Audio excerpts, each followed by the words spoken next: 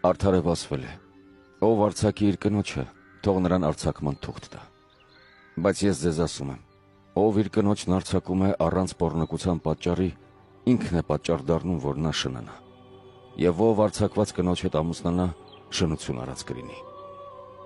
Լսել եք դարձյալ, թե ինչ ասվեց նախնիներին. սուտ մի երդվիր, այլ կատարիր այն, ինչ երդվել ես Տիրոջը։ Բայց ես ձեզ ասում եմ, ընդհանրապես մի երդվիր, ոչ երկնքի վրա, որովհետև Աստծու գահն է, ոչ երկրի վրա,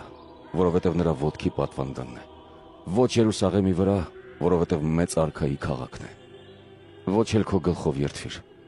որովհետև չես կարող մի մազ անգամ սպիտակ կամ սև դարձնել։ Ձեր խոսքը պարզապես թող լինի այոն այո և ոչը ոչ, որովհետև դրանից ավելին չարից է։ Լսել եք, թե ինչ ասվեց. աչքի դիմաց աչք և ատամի դիմաց ատամ։ Բայց ես ձեզ ասում եմ, չարին հակառակ մի կանգնիր։ Եթե մեկը քո ծնոտի աջ կողմին ապտակ տա, նրան մյուս կողմն էլ դարձրու։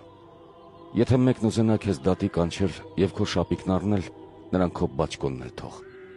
Եթե մեկը քեզ հարկադրի իր հետ մեկ մղոն ճանապարհ անցնել, նրա հետ երկու մղոն էլ գնա։ Ով քեզնից խնդրում է, տուր, և ով քեզնից ուզում է փող առնել, երես մի դարձրու։ Լսել եք արդարև, թե ինչ ասվեց. պիտի սիրես քո ընկերոջը և պիտի ատես քո թշնամուն։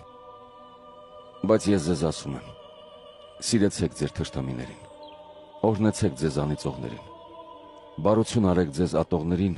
և աղոթեք նրանց համար, ովքեր չարչարում ու հալածում են ձեզ,